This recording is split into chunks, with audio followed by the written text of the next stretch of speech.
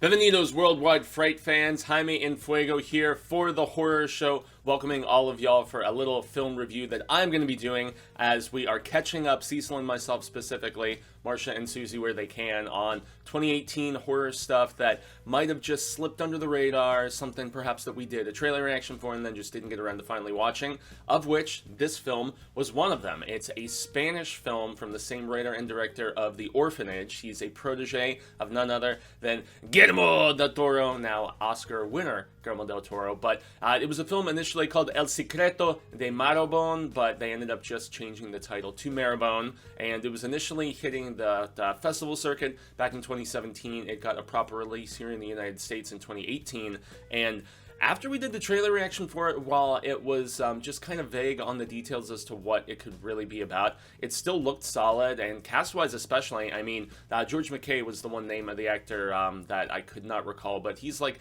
the lead and the oldest brother in this. But you got Charlie Heaton, who plays John Byers on, none other than everyone's beloved Stranger Things. Anya Taylor-Joy is in this. I mean, the entire cast of kids, which basically make up the bones and the framework of this film, they're all great. And so just to give a little perspective, it takes place in 1968. There is this family, these four kids and then their mother, that relocate from England over to the United States, and it looks like they're in kind of like the New England area of sorts, and their mother's health unfortunately declines majorly quickly, and without spoiling anything, they're basically trying to hide her condition from the rest of the town until the oldest brother is 21 so that they will own the property. And there's a lot of, like, the horror aspect comes into this in the fact that their father did some terrible and despicable things, and that's why they fled from him over to the United States from the UK.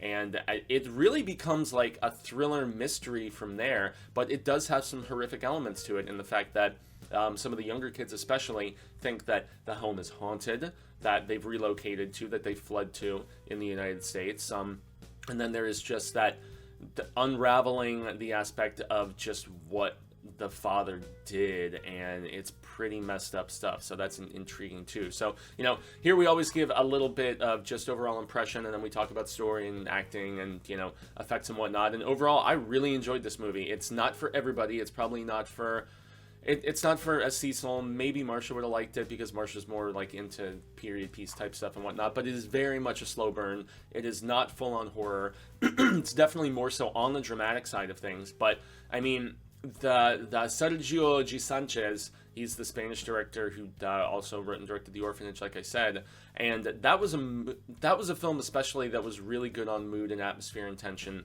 and stuff like that, and I quite enjoyed that movie actually.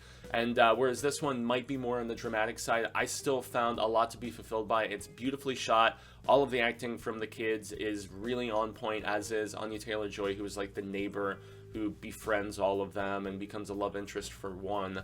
And I mean, I really enjoyed as you started to kind of realize, as you start to connect the dots with this film, it's that much more fulfilling and interesting. And some people may think that a twist that happens in the third act is a little forced and unnecessary, but I felt like it actually gave more urgency and more of a horrific just kind of precedence to everything that was going down. So overall, if you're into these slow, dramatic, kind of thriller / horror films, I think that you will find a lot to enjoy in this because the performances are great, and just trying to figure out what exactly is going on is pretty cool.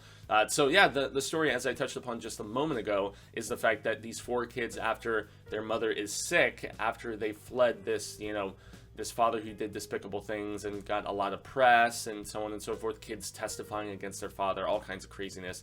But one of the brothers strikes up this love interest with Anya Taylor-Joy's character, and just the family dynamic is intriguing because they're essentially living in a very remote area far from like the main town, and everybody is speculating about these kids, and they're homeschooled, they don't really have very much interaction with any of the rest of the town.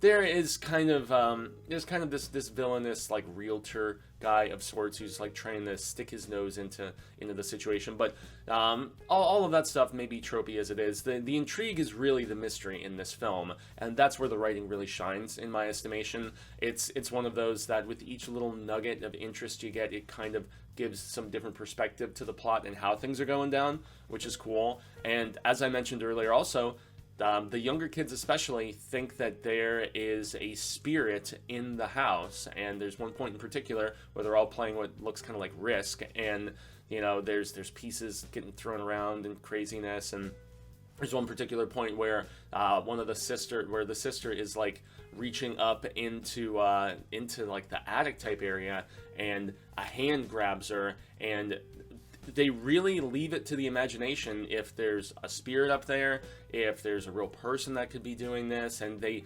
don't really like wrap all of that up in a bow for you until the third act. And so just, are these kids imagining things? Are they dealing with, you know, the trauma from the stuff that happened with their father back in the UK? That's really what forms, you know, the framework and the bones of this film, the Marrowbones. And yeah, I really enjoyed this movie thoroughly. Performances as well. You know, Charlie Heaton being, you know, I kind of feel like in the few things that I've seen him in, even in you know the trailer for New Mutants, he's playing like kind of the broodingly misunderstood, so on. I don't know. He's great as the younger brother in this. George McKay being the older brother, and he's I've seen him in a lot, like Captain Fantastic, I want to say, is another thing that I saw him in. Mia Goth as one of the other sister, as the sister. Like, I'm trying to think. I want to say she was in Cure for Wellness, maybe, but I didn't double check in the notes before actually hitting this up. But yeah, all the kids, just bottom line, terrific performances. And Anya Taylor-Joy as the neighbor who befriends them, and you know just becomes like a part of their crew instantly and seamlessly. She's great. I love her in pretty much everything that I've seen her in, whether it's Thoroughbreds, whether it's The Witch, and you know The Beach, which a lot of my co-hosts here hate so very much. But this is of a similar slow burn vein, but all of the performances are sold very well. The chemistry between the kids is great. And even like the scheming realtor guy who is trying to steal away Anya Taylor-Joy as a love interest, you know, he's not bad either. So cinematography and effects, it's beautifully shot. There's not really a lot effects-wise. We do get some makeup work in the third act when we finally address the essence of this spirit and this haunting at the property. But I mean, bottom line, the house is gorgeous. I love these sort of period pieces, whether it's the layout of the town, the older vehicles that they're using, and stuff like that, and just the countryside. Their home is very close to the beach in New England, and it's absolutely gorgeous. It's really something to see. And as a whole, I enjoyed the hell out of this film, but once again, I have to stress, it's not full-on horror, it's more of the psychological thriller variety, but I personally really dig that type of stuff as a horror fan.